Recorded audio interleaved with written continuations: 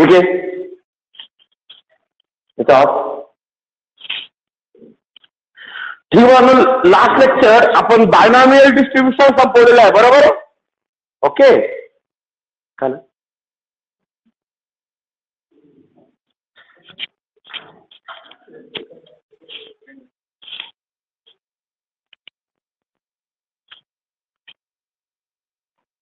Okay. ठीक आहे बाळांनो, लास्ट लेक्चर आपण बायनॉमियल डिस्ट्रीब्युशन संपवलेलं आहे, बरोबर आहे. पेपर सेकंडचे आपले 4 चॅप्टर झाले, एकूण 8 चॅप्टर पेपर सेकंडला. 4 संपलेले, म्हणजे हाफ सिलेबस पेपर सेकंडचा संपलेला आहे. कोणते कोण चॅप्टर संपले आपले सेकंडचे? डिफरन्सिएशन, ऍप्लिकेशन ऑफ डिफरन्सिएशन, म्हणजे ऍप्लिकेशन ऑफ डेरिव्हेटिव्ह, प्रोबॅबिलिटी आणि बायनॉमी, बरोबर आहे. आता आपण पेपर फर्स्ट कडे येतो. पेपर फर्स्ट मधला आपला एक चॅप्टर ट्रिग्नोमेट्री संपवायचा आहे. पेपर सेकंड मध्ये 7 चॅप्टर आहे, त्यातले ऑलरेडी 3 तुमचे संपलेले, logic, matrices, pair of straight line. आता सुरू करायचा आपला ट्रिग्नोमेट्रिक फंक्शन. एक मेन मुद्दा आहे का तुमच्या पेपर फर्स्ट मध्ये सर्वात हाय स्कोरिंग चॅप्टर आहे, म्हणजे अप्रॉक्सिमेटली 10 मार्क्स पर्यंत चॅप्टरचे मार्क्स वेटेज दिले तुम्हाला. 10 मार्क्स म्हणजे ह्या चॅप्टरचा क्वेश्चन सेक्शन ए मध्ये असणार, सेक्शन बी मध्ये असणार, सेक्शन सी मध्ये असणार आणि सेक्शन डी मध्ये सुद्धा असणार. म्हणजे हा चॅप्टर तुम्हाला जवळजवळ प्रत्येक सेक्शन मध्ये असणार. मग तेवढ्याची काळजी घ्यायची की हा चॅप्टर जर तुम्ही केला तर प्रत्येक सेक्शन मधला एक क्वेश्चन लगेच क्लिअर होऊन जातो. त्यात 25% मध्ये चॅप्टर मधलं भरपूर काही डिलीट झालेलं आहे, थोडंसंच उरलेलं आहे, फक्त ते व्यवस्थित करायचंय. वाटलं तर एका दिवशी थोडंसं कमी कमी एक्झाम्पल घेऊ आपण, पण जेवढं रोज होईल ते रोजच्या रोज करा. कारण की ट्रिग्नोमेट्रिक फंक्शन चॅप्टर तसा वाटतं खूप सोपा, एक्झामला खूप कन्फ्युजन करतो. कारण की त्याच्या मागे पुढे पेपर सेकंडचे क्वेश्चन येतात, डेरिव्हेटिव्ह इंटिग्रेशन. मग डेरिव्हेटिव्ह इंटिग्रेशन मध्ये डायरेक्ट तुम्ही ट्रिग्नोमेट्रिक फंक्शन मध्ये एंट्री नाही करत, ब्रेन अलाव नाही करत. मग यामुळे फक्त डोक्यात ठेवा त्या चॅप्टर लगेच एवढा क्लिअर करा की एक्झामला आता गोंधळ नाही होणार, तुम्हाला काही कन्फ्युजन काहीच झालं नाही पाहिजे. 10 मार्क्सचे इझिली भेटले पाहिजे. 3 एक्सरसाइज आहे, छोट्या एक्सरसाइज आहे, पहिली एक्सरसाइज खूप बारीक झाली आहे, त्यामुळे फक्त एवढं सांगतो एवढं प्रॉपरली करत. मग ठीक आहे, आज आपण सुरू करतो math first.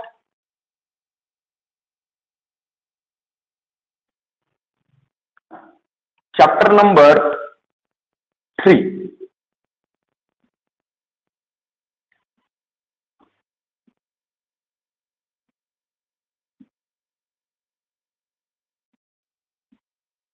Trigonometric function. Trigonometric function. Okay, आता बघा यापूर्वी तुम्ही ट्रिग्नोमेट्रिक रेशो स्टडी केलेली, बरोबर आहे. इथे आता ट्रिग्नोमेट्रिक फंक्शन. ऍक्च्युली ट्रिग्नोमेट्रिक तुम्ही 9th पासून स्टडी करता. 9th ट्रिग्नोमेट्रीचा इंट्रो होता, 10th थोडीशी जास्त ट्रिग्नोमेट्री होती, बरोबर आहे. 11th आले खूप सारी ट्रिग्नोमेट्री आली, 12th त्याच्या पुढे. म्हणजे ट्रिग्नोमेट्री जो आहे तो 9th पासून सुरू झाला, पार्ट आहे 12th पर्यंत कंटिन्यू होती. मग आता ट्रिग्नोमेट्री मध्ये तुम्ही आतापर्यंत स्टडी केलं, काय स्टडी केलेलं आहे की ट्रिग्नोमेट्री म्हणजे काय? What is trigonometry? ट्रिग्नोमेट्री मध्ये 2 वर्ड्स, कोणते कोणते? ट्रिग्नॉस अँड मेट्री. ट्रिग्नॉस म्हणजे काय? ट्रायंगल. अँड मेट्री म्हणजे काय? मेजरमेंट. म्हणजे ट्रिग्नोमेट्रीचा मिनिंग काय? Measurement of triangle. ट्रिग्नोमेट्रीचा मिनिंग काय आहे? Measurement of triangle. मग ट्रायंगलचं मेजरमेंट आता करता येतं युझिंग प्रोटेक्टर अँड स्केल, बरोबर ना. तुम्ही स्केल आणि प्रोटेक्टर वापरून काय असतं ट्रायंगल मध्ये? 3 vertex are point, they cannot be measure. 3 vertex आहे, पण ते पॉइंट असतात ना वर्टेक्स, म्हणजे ते मेजर करता येत नाही. मग उरल्या 3 साईड, ते आपण स्केलने मेजर करू शकतो. 3 अँगल ते प्रोटेक्टरने मेजर करू शकतो, बरोबर आहे. मग आता राहिला प्रश्न की आपल्या इथं मेजरमेंट करतात, पण त्यांचं म्हणणं आहे विदाऊट युजिंग स्केल. काही ठिकाणी आपण स्केल नाही यूज करू शकतो. मग त्या ठिकाणी आपण ट्रिग्नोमेट्री यूज, बरोबर आहे. ट्रिग्नोमेट्री का स्टडी करायची? To measure the various types of triangle, बरोबर आहे. मग आता मुद्दा हा येतो बाळांनो की आपण हे ट्रायंगल मेजर करण्यासाठी काय वापरणार? जर स्केल आणि प्रोट्रॅक्टर यूज नाही करायचं तर आपला वापरायचे ट्रिग्नोमेट्रिक रेशो. आपला काय वापरायचे?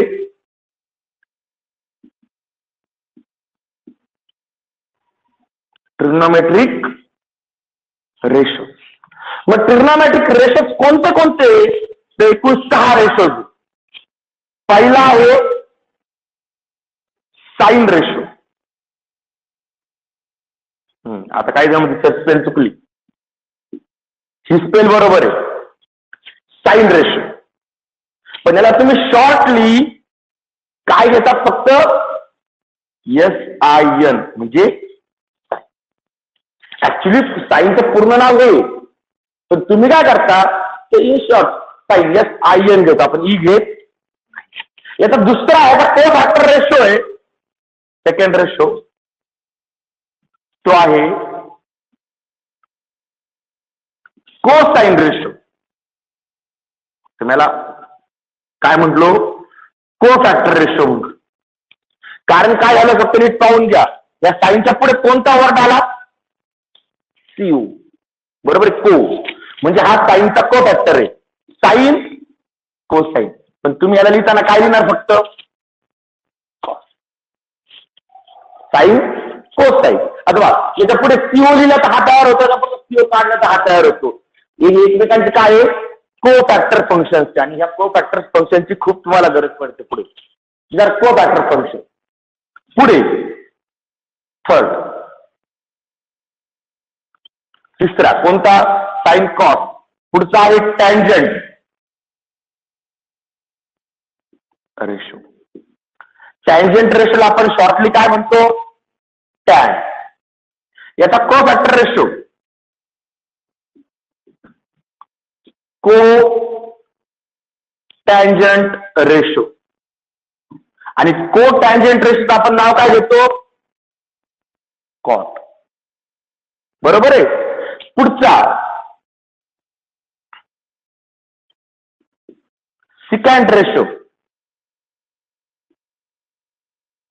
सिकॅन्ट रेशो. आता सिकॅन्ट रेशोचं नाव काय देणार आपण? सेक. त्यानंतर लास्ट 6, तो असणार कोसिकॅन्ट रेशो. आणि त्याचं नाव आपण काय घेणार? जर इथं पाहिलं प्रत्येकामध्ये 3 लेटर्स घेतले, इथे जर 3 लेटर्स घेतले तर कॉस होईल, नाव रिपीट होते, बरोबर आहे. मग याचं काय झालं तर कोसेक केलं तर आहे 5 लेटर्स घेतो आपण कोस. मग साइन, कॉस, टॅन, कॉट, सेक आणि कोसेक हे आले तुमचे ट्रिग्नोमेट्रिक रेशो, बरोबर आहे.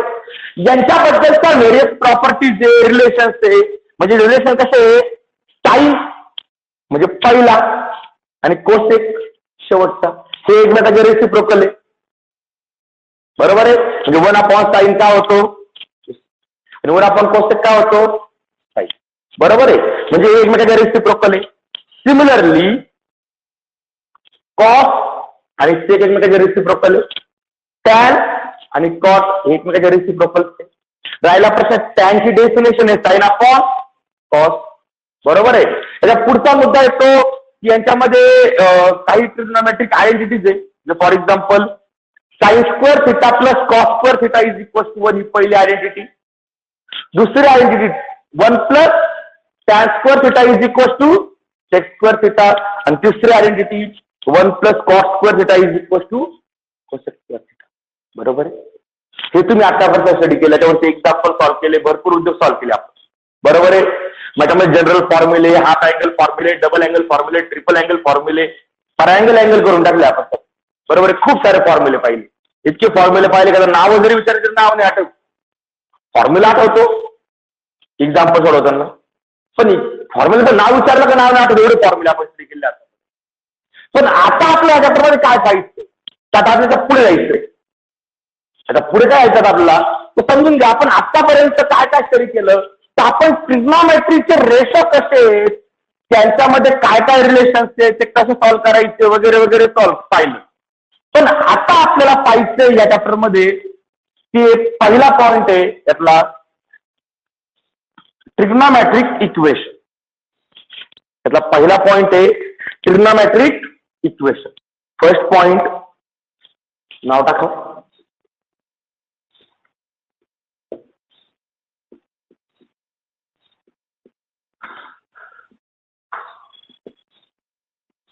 Trigonometric equation. यातला पहिला पॉइंट आपल्याला स्टडी करायचा आहे ट्रिग्नोमेट्रिक इक्वेशन. आता काय असतं ट्रिग्नोमेट्रिक इक्वेशन? आपण बघा क्वाड्रॅटिक इक्वेशन पाहिले. काय असतं quadratic equation? Single variable highest power 2. बरोबर आहे, शॉर्टली बोलायचं. Linear equation in 2 variable, 2 variable each having power 1. बरोबर आहे, ओके. अशाच प्रकारे बघा तुला ट्रिग्नोमेट्रिक इक्वेशन पाहिजे. मग ट्रिग्नोमेट्रिक इक्वेशन म्हणजे काय? असं इक्वेशन ज्याच्यामध्ये ट्रिग्नोमेट्रिक रेशो किंवा ट्रिग्नोमेट्रिक फंक्शन, रेशोला आपण फंक्शन म्हणणार, असं इक्वेशन ज्यांच्यामध्ये ट्रिग्नोमेट्रिक रेशो किंवा ट्रिग्नोमेट्रिक इक्वेशन येतं, ट्रिग्नोमेट्रिक फंक्शन येतं, त्याला आपण काय म्हणणार? Trigonometric equation. म्हणजे ज्या इक्वेशन मध्ये sine cos tan cos sec cosec आला ना, त्याला काय म्हणून टाकायचं? Trigonometric.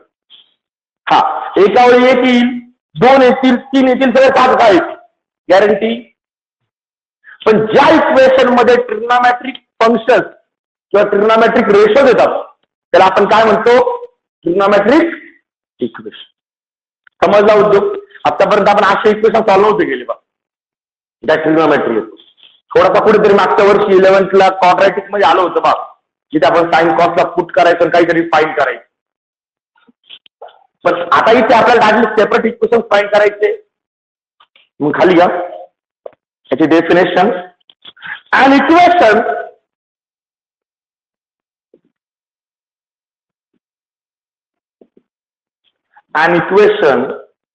involving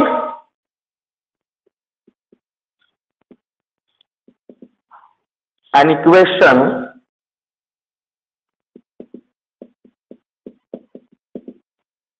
involving trigonometric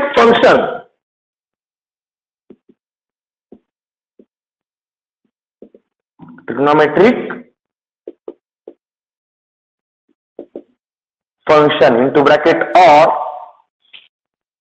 functions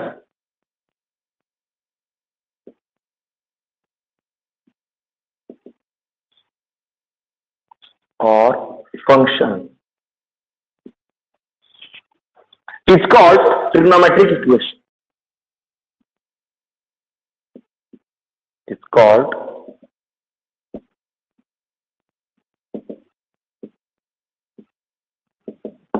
trigonometric equation. An equation involving trigonometric function एक येऊ शकते और फंक्शन जास्त पण येऊ शकतात. आणि ट्रिग्नोमेट्रिक फंक्शन म्हणजे आपण ट्रिग्नोमेट्रिक रेशो घेतो, साइन कॉस टॅन. बरोबर आहे.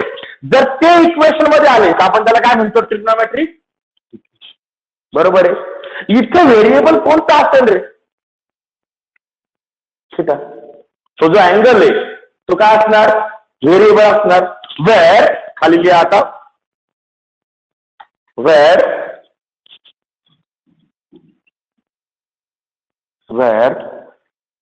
the unknown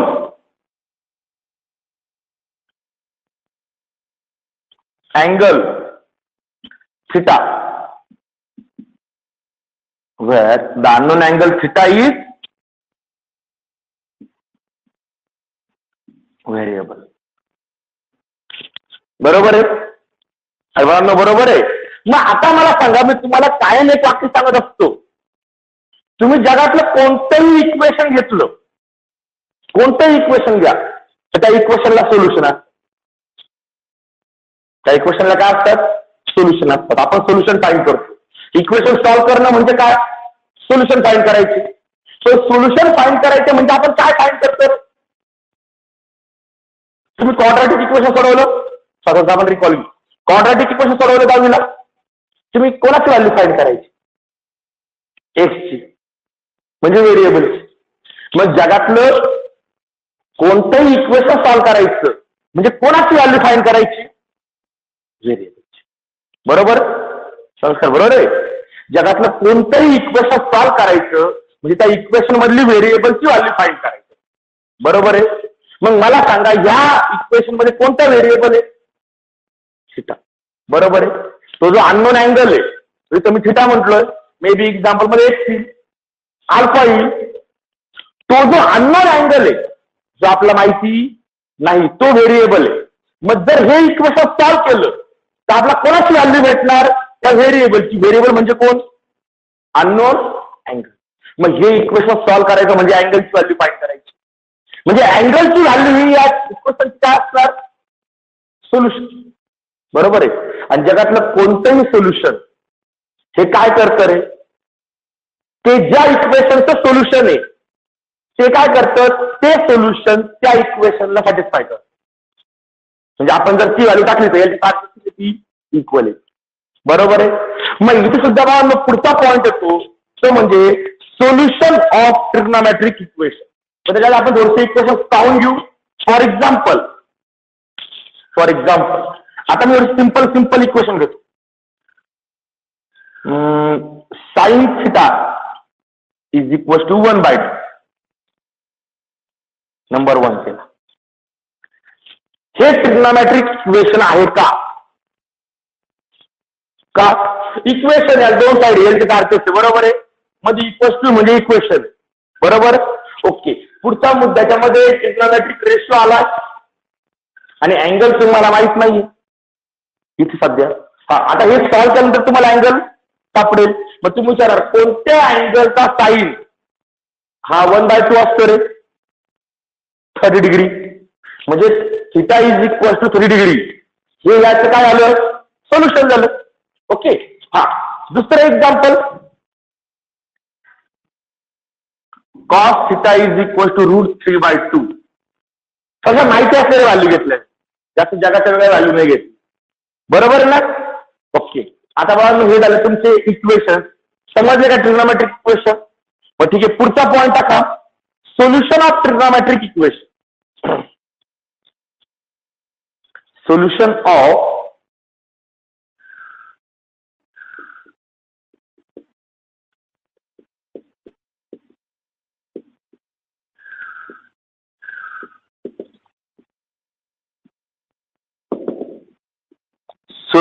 of trigonometric equation.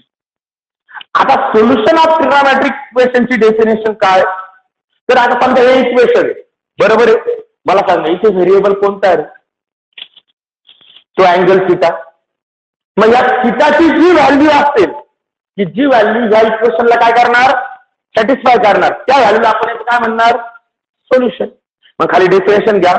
The value of variable value of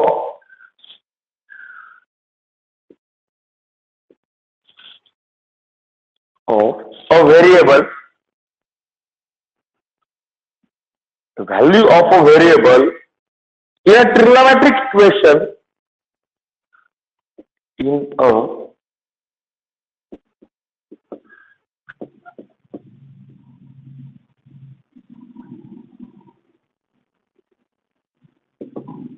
trigonometric equation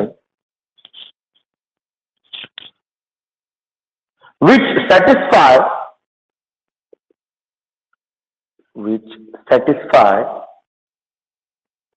मुद्दाम तुम्हाला बुक मधली जशी डेफिनेशन आहे तशी देऊ राहिलोय. which satisfies the equation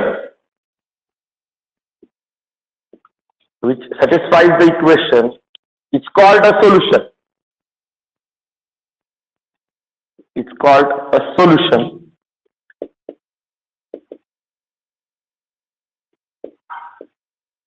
It's called a solution of trigonometric equation. Of the trigonometric equation.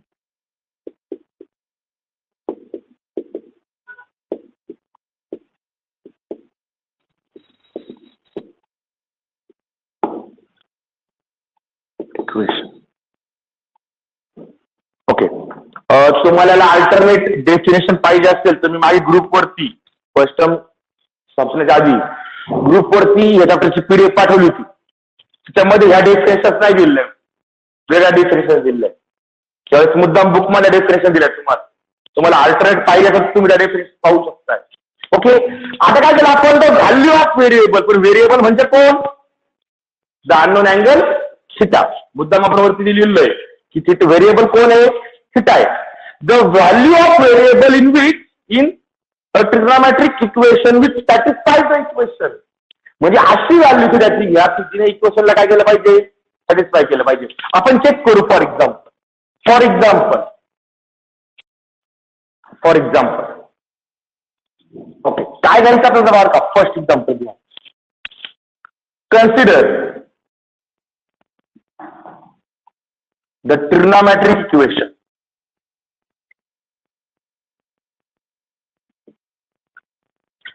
Consider the trigonometric equation. कोणतं घेता? पहिलं इक्वेशन जे आपण इथे घेतलं ते घेऊ. Sine theta is equal to 1/2. Sine theta is equal to 1/2. हे तुमचं ट्रिग्नोमेट्रिक इक्वेशन बरोबर आहे. ओके, आता बाळांनो मला सोल्युशन फाइंड करायचं. मग थिटाची व्हॅल्यू, थिटा व्हेरिएबल बरोबर ना. इथे तुम्ही म्हटलं clear cut the value of variable. आणि आपण इथे वरती सांगतो व्हेरिएबल कोण आहे? तो अननोन अँगल थिटा जो आहे तो व्हेरिएबल आहे. बरोबर आहे. माझा का consider the trigonometric equation sine theta is equal to 1/2. बरोबर आहे. मला याचं सोल्युशन सांगायचं.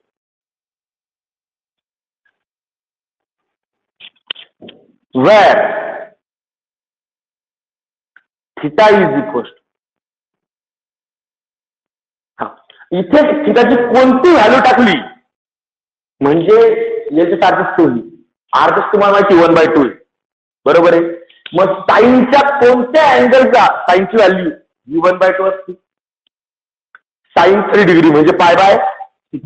where theta is equal to π/6 is the solution of trigonometric equation. Solution of trigonometric equation. या ट्रिग्नोमेट्रिक इक्वेशनचं सोल्युशन कोणतं? Theta is equal to π/6. का? तर कन्सिडर करावं लागेल. बरोबर का? आता इक्वेशन सॅटिस्फाय कसं होतं बा? कन्सिडर केले साइन थिटा. त्याची व्हॅल्यू किती टाकायची? π/6. मग साइन π/6 किती? 1/2.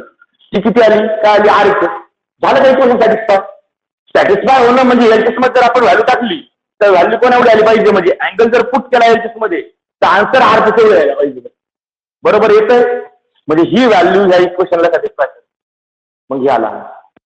पण बघा असं काय होतं प्रॉब्लेम की ट्रिग्नोमेट्री आहे बरोबर आहे. तुम्ही ट्रिग्नोमेट्रीचं नेचर स्टडी केलेलं आहे. ट्रिग्नोमेट्रीचं नेचर कसं आहे रे? बरोबर का? साईनचा आपण ग्राफ पाहू.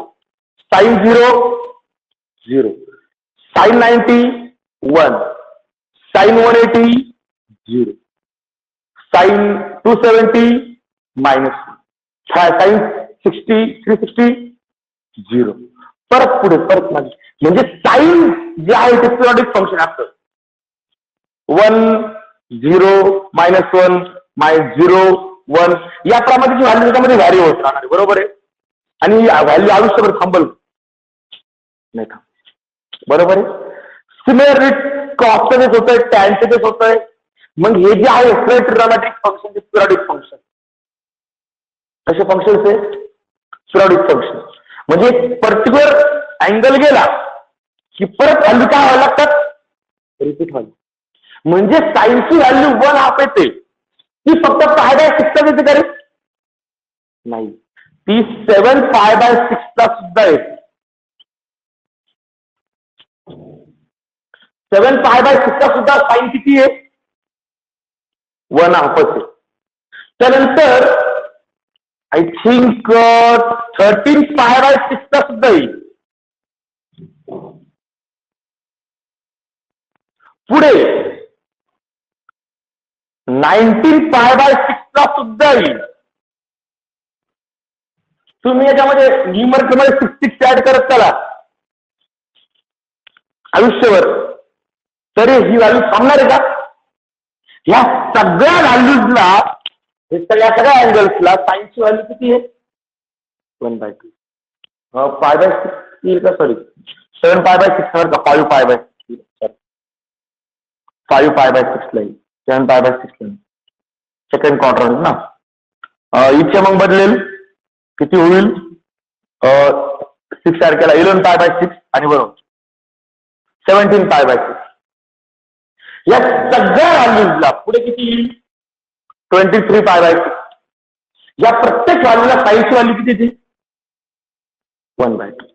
बरोबर आहे. म्हणजे ट्रिग्नोमेट्री मध्ये अँगलची व्हॅल्यू एकच भेटण्याची गॅरंटी का? अरे गॅरंटी का? नाही. मग अँगलच्या व्हॅल्यू किती पण भेटू शकतात. पण जे बेसिक अँगल आहे ते असतात फक्त कुठे? तर आपल्या 4 क्वाड्रंट मध्ये. बरोबर आहे. पुढच्या व्हॅल्यूज काय होतात? 2π ने इन्क्रीज होत. मग आपण याच्या इन्क्रीज नुसार सोल्युशनचे 2 टाईप केले. किती टाईप केले? 2 टाईप. यातला एक टाईप तुमच्या वर्षी सिलेबस मध्ये रिड्यूस केलेला आहे, पण तो बुक मध्ये आहे. मग त्याचे तर पडतात 2 टाईप. मग सोल्युशनचे पडतात 2 टाईप. मग solution of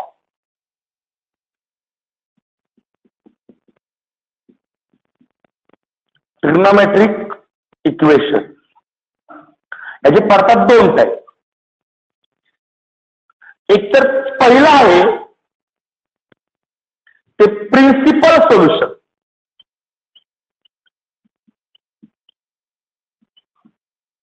principal solution. Principal solution. आणि दुसरं आहे ते जनरल सोल्युशन. ओके. म्हणजे सोल्युशन ऑफ ट्रिग्नोमेट्रिक इक्वेशन याचे किती टाईप पडतात? 2 टाईप. एक तर आहे प्रिन्सिपल सोल्युशन किंवा दुसरं आहे जनरल सोल्युशन. याच्यामध्ये तुमच्या बुकमध्ये यावर्षी जनरल सोल्युशनचा जो पार्ट आहे 20% मध्ये कट झालेला आहे. पण प्रिन्सिपल सोल्युशनचं एक एक्झाम्पल फायनलला 100% येणार. मग आता प्रिन्सिपल सोल्युशन आणि जनरल सोल्युशन याचा मीनिंग काय? तर प्रिन्सिपल सोल्युशन जे असतं ना, सपोज थिटा हा व्हेरिएबल जर मी कॅरी केलाय, आतापर्यंत व्हेरिएबल बदललेला नाहीये, थिटा हा व्हेरिएबल आहे.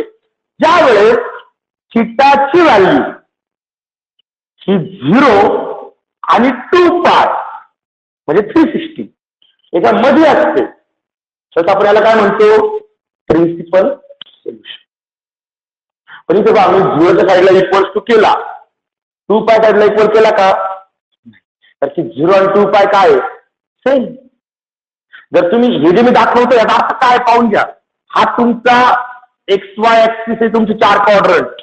इथे 0 अँगल आहे, इथे π/2. इकडनं जर आपण असे घेतो तर इथे π, इथे 3π/2 आणि इथे परत किती येईल रे? 2π. म्हणजे हे मी काय सांगतो की फक्त पहिल्या रोटेशन मधले अँगल घ्यायचा. बरोबर आहे. पण ऑलरेडी 0 घेतलेला आहे ना, 0 आणि 2π तर एकच आहे. मग 2π घ्यायचा. म्हणजे ज्या वेळेस तुमच्याकडे आलेल्या सोल्युशनची व्हॅल्यू ही 0 आणि 2π मध्ये असेल, इन्क्लुडिंग 0 एक्सक्लुडिंग 2π, म्हणजे 0 घ्यायचा, 2π घ्यायचा नाही. जर अशा जर आन्सर आलं तर आपण त्याला काय म्हणणार? Principal solution. समजलं प्रत्येकाला प्रिन्सिपल सोल्युशन? ओके. पण कोण म्हणतं रे अँगल स्टॉप झाला? हे असे आपण किती घेऊ शकतो ना. मागच्या वर्षी आपण पाहिलं होतं अँगल कसा तयार होतो? Bye rotation of x axis. एक ऍक्सिस एक छोटीशी आर्म काढा आणि ती बसा रोटेट करेल. तुम्ही जितके रोटेशन घेणार तितके अँगल तयार होणार. बरोबर आहे. म्हणजे अँगलची व्हॅल्यू नेहमी याच्यामध्ये असण्याची गॅरंटी का? त्याच्या पुढे पण जाऊ शकते. मग अशा वेळेस बाळांनो प्रिन्सिपल सोल्युशन फक्त आणि फक्त तुमच्या पहिल्या 4 क्वाड्रंट मधले व्हॅल्यू सांगते. बरोबर आहे. हे प्रिन्सिपल सोल्युशन. पण जनरल सोल्युशन जास्त हे जे भेटतं हे भेटतं ऑन कंप्लीट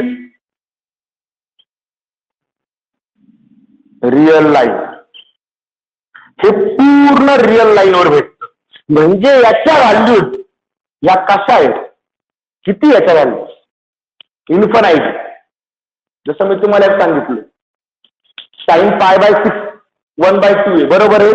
साइन 5π/6 सुद्धा किती आहे, 1/2 आहे. साइन 11π/6 किती आहे, 1/2 आहे. साइन 19π/6 किती आहे, 1/2 आहे, बरोबर आहे. म्हणजे न्यूमरेटर 6 ऍड करत चला, तुम्हाला ते आयुष्यभर अँगल भेटत जातील.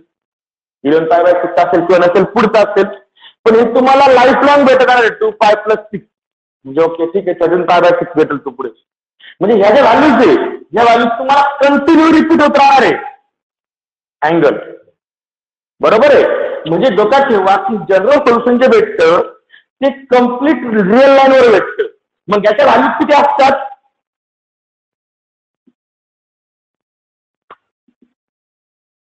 इन्फानाईट, त्या इन्फानाईट व्हॅल्यू. पण प्रिन्सिपल सोल्युशनच्या व्हॅल्यूज किती असतात, तर कोणताही ट्रिग्नोमेट्रिक फंक्शन हे 0 to 360 म्हणजे पूर्ण एका रोटेशन मध्ये एक व्हॅल्यू दोनदा रिपीट होते, प्रत्येक व्हॅल्यू. म्हणजे साइन 1/2 हा 1/2 0 to 360 मध्ये किती वेळा येणार, दोनदा येणार. π/6 ला येणार आणि पुढे 5π/6, बरोबर आहे. म्हणजे हा दोनदा येणार. म्हणजे डोक्यात ठेवा याच्यामध्ये किती व्हॅल्यू भेटणार प्रिन्सिपल सोल्युशन मध्ये प्रत्येक आन्सरला, ओनली 2 सोल्युशन. इथे किती सोल्युशन भेटणार, 2 सोल्युशन. आणि तिकडे किती भेटणार, इन्फानाइट लिमिट.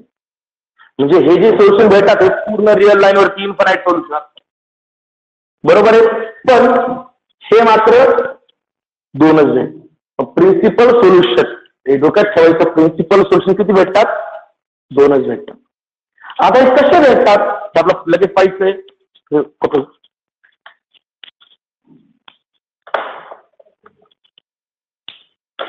तो चार्ट बनवून ठेवा.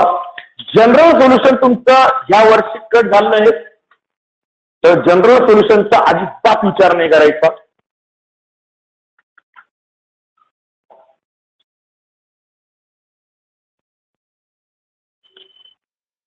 ओके, बाळांनो स्क्रीनशॉट घेतलाय.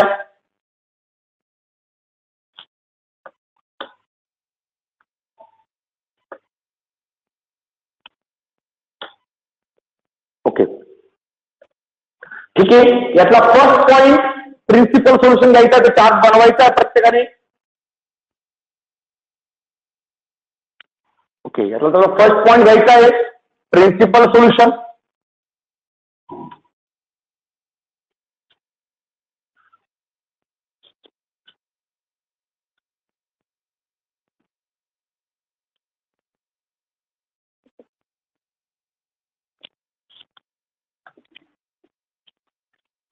ओके, इथपर्यंत झाला असेल प्रत्येकाचं, ठीक आहे. Next principal solution, next point घ्यायचा आहे.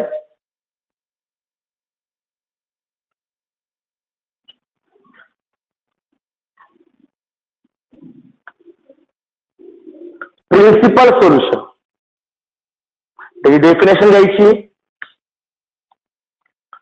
अ solution of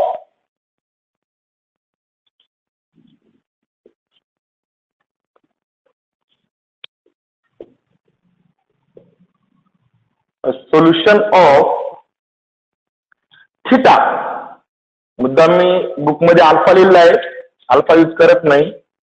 the solution theta of a trigonometric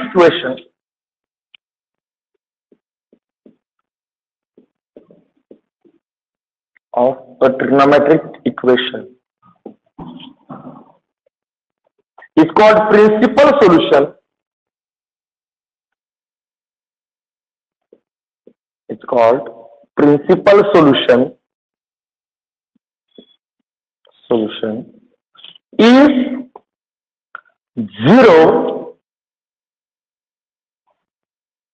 is less than or equals to theta which is less than 2 pi. तेच जे आपण तिथे लिहिले ना तेच बघा, is less than 2 pi. बरोबर आहे. आता हे समजण्यासाठी म्हणजे तुम्हाला व्हॅल्यू कोणत्या काढायच्या, फक्त प्रिन्सिपल सोर्स मध्ये first quadrant, second quadrant, third quadrant आणि फोर्थ क्वाड्रंट, याच्या पुढे जायचं नाही. मग आता मुद्दा येतो बाबा ह्या व्हॅल्यूज ठरवायच्या. आपला फर्स्ट क्वाड्रंट मधल्या स्टँडर्ड व्हॅल्यू माहित राहतात. बरोबर आहे. म्हणजे 0, 30, 45, 60 आणि 90 या अँगलचं तुम्हाला सगळ्या व्हॅल्यूज माहिती. बरोबर आहे. तुम्हाला काय म्हटलं, किती व्हॅल्यू भेटतात, प्रिन्सिपल सोल्युशन किती भेटतात, 2. एक व्हॅल्यू पॉझिटिव्ह असेल तर आपण ओरली कॅल्क्युलेट करू शकतो. म्हणजे ते इथे केलं बा, साइन 1/2, साइन 1/2 कुठे भेटतो, कोणत्या अँगल, पाय बाय. बरोबर आहे. म्हणजे साइनची व्हॅल्यू 1/2 आहे कितीला, कोणत्या अँगलला, पाय बाय 6 ला. एक व्हॅल्यू तर भेटली, तर मी किती व्हॅल्यू म्हटलो, 2 व्हॅल्यू. मग 2 व्हॅल्यू कशा भेट, तर लक्षात घ्या आपण एखादी एक चार्ट यूज करणार आहे. जो चार्ट मी तुम्हाला 11th शिकवला होता तो जिथे आपला यूज करायचा एक डायग्राम आहे. प्रत्येक एक्झाम्पलला आपण ड्रॉ करणार आहे. काय करणार आपण, आपला पहिल्या 4 क्वाड्रंट मध्ये आन्सर येणार आहे. बरोबर आहे. मग ठीक आहे, इकडे बघा, हे तुमचे axis, x axis, Y axis, 0, 90, 180, 270 आणि 360. बरोबर आहे. त्या अँगलची तुमची रोटेशनची रूल आहे. ओके. मग आता पहिला हा जो आहे हा कोणता क्वाड्रंट आहे, फर्स्ट क्वाड्रंट, हा सेकंड, पुढचा हा थर्ड क्वाड्रंट, पुढचा हा फोर्थ क्वाड्रंट. बरोबर आहे. मी तुम्हाला अँगल पण सांगितले. एक्स ऍक्सिसला किती अँगल असतो, 0. इथे किती असतो, पाय बाय 2. इथे किती असतो, पाय. इथे किती असतो, 3 पाय बाय 2. आणि इथे किती असतो परत, 2 पाय एक्स ऍक्सिसला. बरोबर आहे. इथे ऍक्सिसचं नोटेशन खाली देऊन ठेवतो फक्त, म्हणजे तुम्हाला अँगल सापडतील 0 आणि 2 पाय. बरोबर आहे. मग आता आपल्याला माहिती पहा, इथे आपण एक रूल तयार केला, काय, all ST conductor, all ST conductor, all sweet tasty cake. बरोबर आहे. ऑल सिल्वर टी कप, कसं काहीतरी आहे ती. बरोबर आहे. काय करायचं झालं बघा, all ST conductor, all sweet tasty cake, all silver tea cup. बरोबर आहे. कोणतीही ट्रिक डोक्यात ठेवा.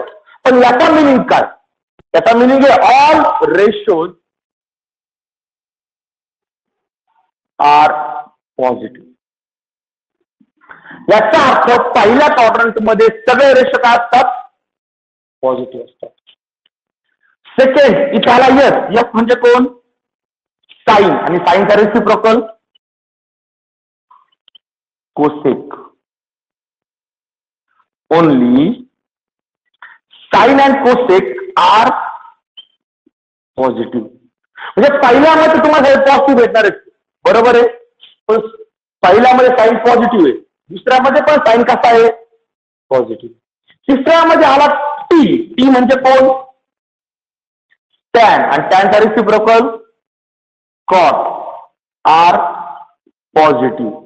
इथे पण पुढे वर्ड लावतोय मी, ओनली. म्हणजे हे 2 पॉझिटिव्ह येतात. थर्ड क्वाड्रंट मध्ये उरलेले साइन, कॉस, टेक, कोसेक कसे कसे निगेटिव्ह. बरोबर आहे. ओके. आणि बघा चौथा क्वाड्रंट, इथे काय, ओनली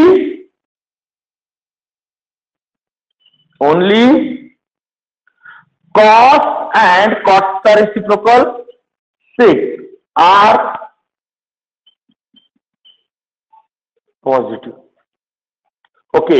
इथे मी त्या वर्ड खाली अंडरलाईन करून ठेवतो, ज्या वर्ड वरती आपण ही ट्रिक डोक्यात ठेवतो. All sweet tasty cakes. बरोबर. मग या चार्ट वरनं तुम्हाला आन्सर बनवायचे.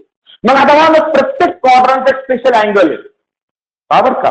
जर तुम्ही आलाइड अँगल म्हणतात ना ते आलाइड angle.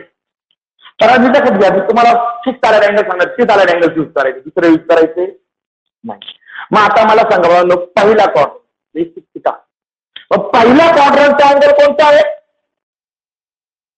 Theta. Acute angle theta हा पहिला क्वाड्रंटचा अँगल. बरोबर. किंवा ब्लॅक पेन लिहितो. पहिल्या क्वाड्रंटचा अँगल कोणता आहे. आता दुसऱ्या क्वाड्रंट मध्ये राहिले दोन पर्याय. एक तर π/2 प्लस थिटा किंवा π- थिटा. पण डोक्यात ठेवा नो वाय ऍक्सिसला म्हणजे π/2 ला आणि 3π/2 ला शक्यतो अँगल स्प्लिट करायचा नाही. म्हणजे हे दोन तुमच्या डोक्यात आलेच नाही पाहिजे. यांचे आलाइड अँगलचा फॉर्म्युलाचा उद्योग काय राहतो. रेशो चेंज होतो. त्यामुळे यांचा उद्योग डोक्यात घ्यायचा नाही. मग काय करायचं. मला सेकंड क्वाड्रंट मध्ये जायचं. मी हा π/2 आणि 3π/2 मुद्दाम पुसून टाकला म्हणजे यांचा यूज करायचा नाही. मग आता बघा मला पायचा यूज करून थिटा हा ॲक्यूट अँगल आहे. मला सेकंड क्वाड्रंट मध्ये यायचंय. तुमचं रोटेशन याप्रमाणे ना. मग मला सांगा इथे यायचं असेल तर पायच्या मागे यावं लागेल ना परत मला. म्हणजे पायच्या मागे यावं लागेल. याचा अर्थ मला तर थिटा यातनं मायनस करावं लागेल. मग सेकंड क्वाड्रंटचा अँगल येतो π- थिटा. तुम्हाला एक क्वाड्रंट आणि त्या क्वाड्रंटचे अँगल डोक्यात ठेवायचे तर आन्सर भेटणार इथे. आणि थर्ड क्वाड्रंट कोणता येईल. π+ थिटा. बरोबर आहे. हा आता राहिला प्रश्न बघ. पाय मध्ये थिटा मायनस केला सेकंड क्वाड्रंट येतो. पाय मध्ये थिटा ऍड केला थर्ड क्वाड्रंट येतो. राहिला प्रश्न फोर्थ क्वाड्रंट मध्ये जायचं. 3π/2 चा यूज करायचा नाही. मग इथे कोणाचा यूज करणार. 2π चा यूज करा. 0 चा यूज नाही करायचा. 2π चा यूज करा. 2π पेक्षा लेस आहे रे अमाऊंट. मग लेस म्हणजे काय करावं लागेल रे. इथला अँगल कोणता येईल. 2π-. मग डोक्यात ठेवा नो तुमचा फर्स्ट क्वाड्रंटचा अँगल इझिली भेटतो जो ॲक्यूट अँगल आहे. सेकंड क्वाड्रंटचा अँगल कोणता डोक्यात ठेवणार. अरे सेकंड क्वाड्रंटचा अँगल कोणता डोक्यात ठेवणार. π- थिटा. थर्ड क्वाड्रंटचा अँगल π+ थिटा आणि फोर्थ क्वाड्रंटचा अँगल 2π- थिटा. फक्त बाळांनो तुम्ही जर हा जो काही उद्योग तयार केला हा जर डोक्यात ठेवला तर डोक्यात ठेवा तुमची 3.1 संपली. एवढ्यावरती तुमची 3.1 आहे. तुम्हाला प्रत्येक एक्झाम्पलला मी ट्रिक बनवून देत जाणार शॉर्टली. ही डिटेल लिहिलं ना आपण तो डिटेल नाही. ज्या रेशोची गरज आहे तोच लिहिणार आपण प्रत्येक एक्झाम्पलला. पण आता इथे मी तुम्हाला पूर्ण ट्रिक बनवून दिली का पहिला क्वाड्रंट स्क्वेअर रेशो पॉझिटिव्ह. म्हणजे समजा sin θ = 1/2 ही व्हॅल्यू कशी रे. पॉझिटिव्ह.